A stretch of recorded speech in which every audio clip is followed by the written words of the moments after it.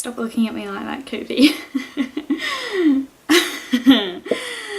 I should not be doing this with a dog who is obsessed with shadows. Okay, look, you're gonna have to stop trying to undress me. Go on, go on, go on. Let me do this, let me do this. Go and sit down. Good boy, you can stay there. Hi everybody, it's Jo Carter again after so long. Welcome back to my channel. I'm sorry that it's taken so long to release another YouTube video. I will let you know why, because I'm planning on, after doing this one, which is the I'm gonna do the top 5 Wednesdays books that I would give to my younger self to read, or that I wish my younger self would read. I'm planning on doing a life update and also kind of an introduction, because aside from doing the Booktube newbie tag ages ago, I haven't really sort of introduced who I am, why I'm doing YouTube, just a few details about my life as well, so you get to know me as a person, and also why it's taken so long for me to release this next video. I'll talk about that one in the next one that I do, which will hopefully be coming up soon, if not the same day, in the next couple of days. But without further ado, I'll get started with the top 5 books that I wish that my younger self could have read in my teenage years. I'm actually only 23, I think, 23.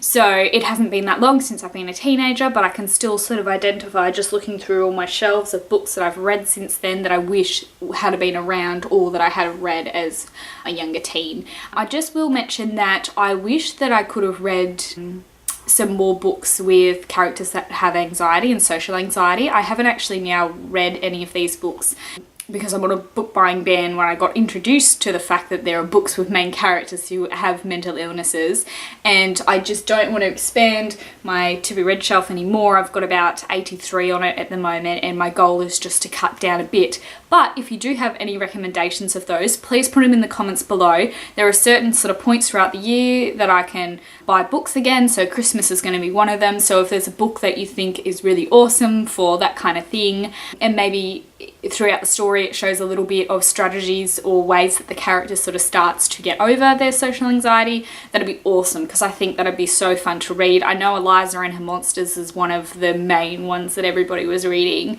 so if you've got any other ones to recommend, or if you really loved Eliza and Her Monsters as well, let me know, and I'll definitely add them to my Goodreads shelves of books that I might buy when I can at Christmas.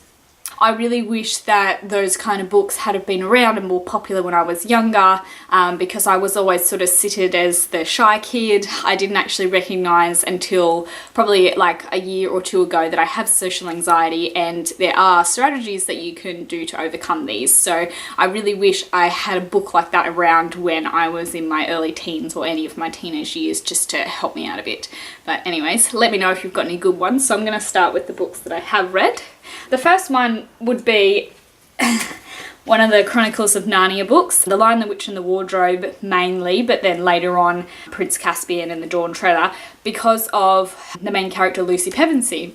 I really like the fact that she is someone who isn't stereotypically important in the book. She's not one of the main fighters. I hope that's not glinting at you too much, because I have a light up here, so I hope that's not shining in your eyes.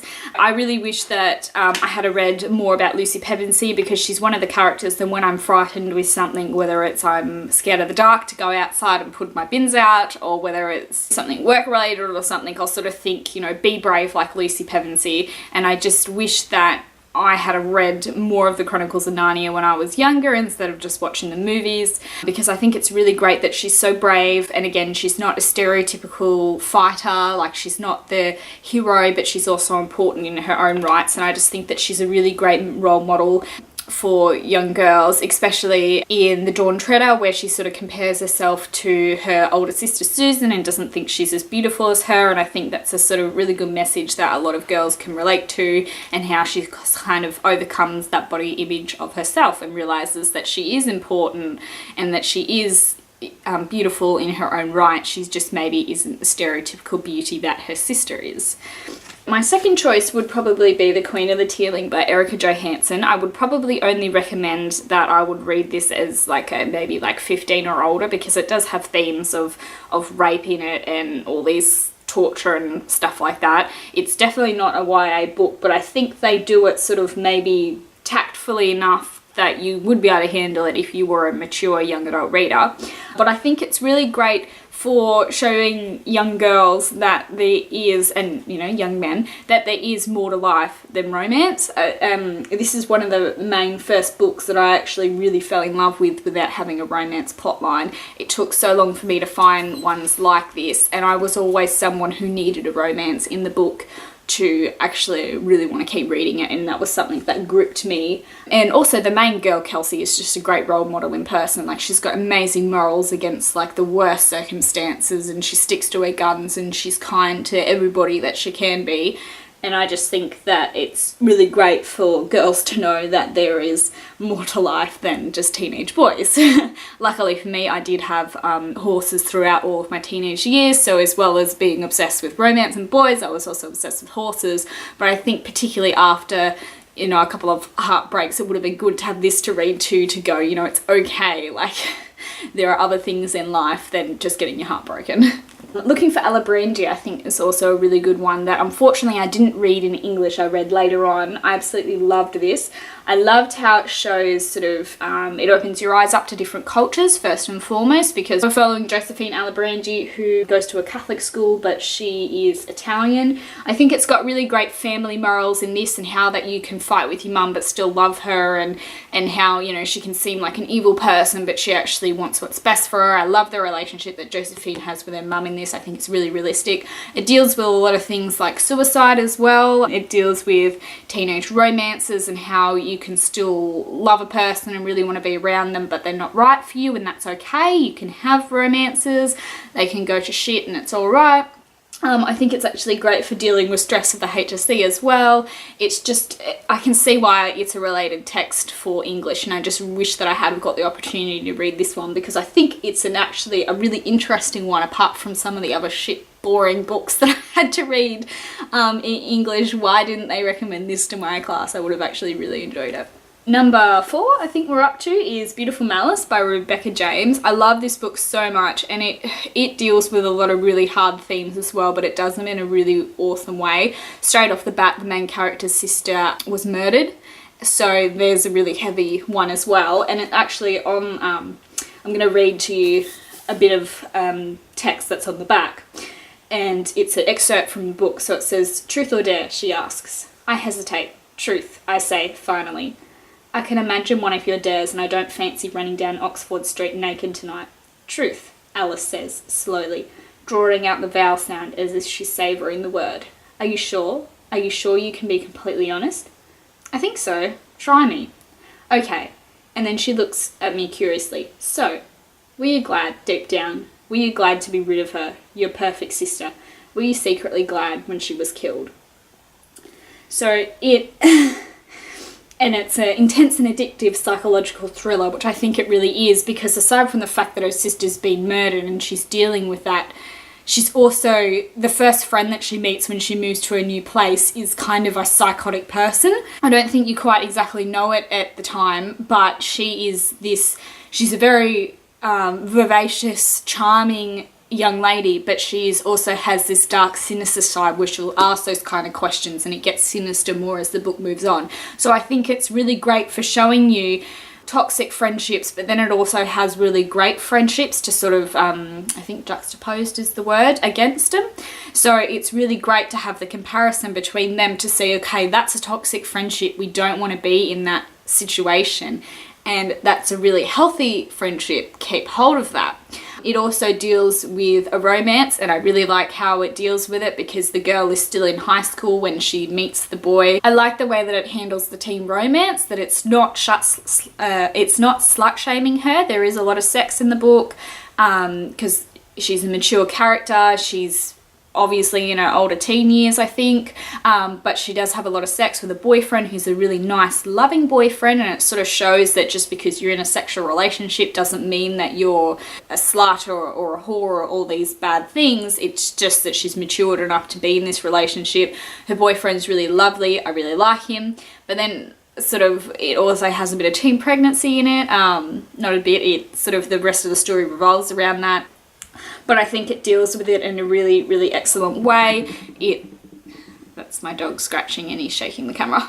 I think that it really highlights, when that happened, it really highlights how nice of a boyfriend she has in this book, and it really shows a really good, healthy relationship, that even though, yes, okay, something that is not ideal has happened to them, it's okay, it's worked out all right. Your life is not hell because you've become pregnant. And I think it's really hard, because I know so much in high school how it can be such a, you know, don't do drugs and don't drink and don't, you know, have sex and don't become pregnant. Like, there is so much don't about it. But I think, and, you know, don't self-harm and all this kind of stuff. And I feel like, yes, it is good to have the message to say that that shouldn't happen and you generally don't want to do some of those things, especially not too early.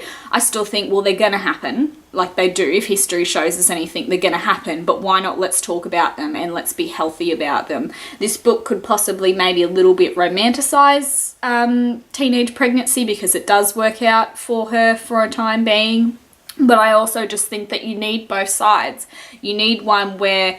But I don't know, it's a hard topic, because I kind of go, if you look back and look at your kids that you had when you were a teenager, are you really going to regret it? Like, I mean, maybe some people do, but I just sort of think that although it might not be ideal, this is a story that says it can work out. Your life is not over because you're pregnant and you're a teenager, I think. And it's a really healthy relationship. I love the guy in this, and I just think it works out really well. Okay, after that tangent of a book. And my final one is actually a mixed one for book 5. And that is, so it's kind of the same reasons that I like both of this. So that is The Scorpio Races by Maggie Stiefvater. I really don't think I've pronounced that properly. Sorry. And then the So Far of The Madoran Chronicles by Lynette Noni. She's got one more to release, sad face, because they're awesome. But I think these particular 5 novels are really great because, again, they are fantasy novels that are less intense. They're actually YA books.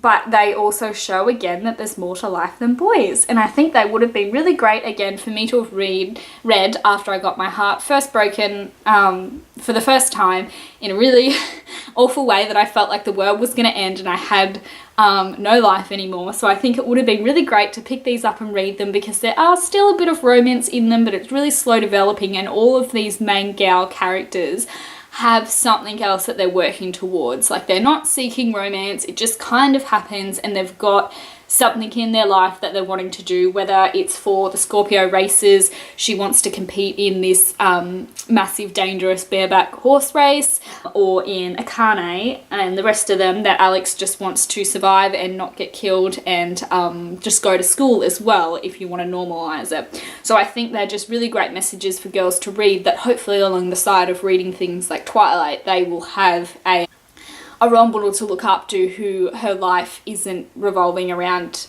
males and getting married. Not that there's anything wrongy about that. I'm one of those supporters of Twilight who goes, look, Bella's choice in life was that for her want in life was to get married and not necessarily have kids, but to have romance, and that's what she wanted in life. She didn't know anything else that she wanted to do, and that is fine. If your life choice is that you want to get married, have a successful relationship, maybe have kids, live together, whatever, that's fine. But there also needs to be, alongside of that, books where it goes, well, you know what, if you've got something else in your life and you're single and you want a career, and that's fine. I think that there's too much of, you know, you've got to do one or the other, and it just needs to be, look, whatever you want to do to make yourself happy. So here are all these ranges of books to read which feature all these people who want to do all different things, whether they want to have kids, whether they want to get married, whether they want to have a career, whether they want to do what. There's this big range of everything, and I think that's just what needs to be in literature now. Okay, so I'm going to stop because I think I've talked for too long, but thanks, this has been a lot of fun. Hopefully my thoughts have been a bit cohesive. I'll try and edit out the ow bits. Cooper, he likes hugs, and I'll see you guys next time, hopefully soon, for a life update. Bye. Okay, let me down.